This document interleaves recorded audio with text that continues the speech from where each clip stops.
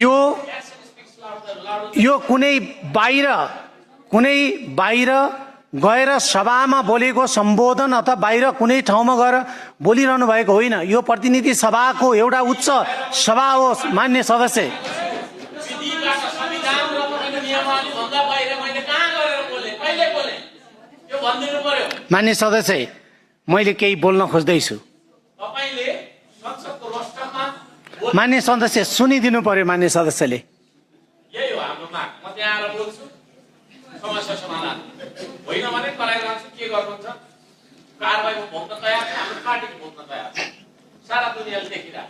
मान्य सदस्यहरूलाई मैले बोल्न दिनैको लागि सबै मान्य सदस्यहरूलाई विपक्षी बेन्चका दलगत रूपमा मान्य सदस्यलाई दिन तयारी गरेर दिइरहेको र मान्य सदस्यहरूबाट समय माग भएन, मान्य सदस्यबाट नाम पठाइएन।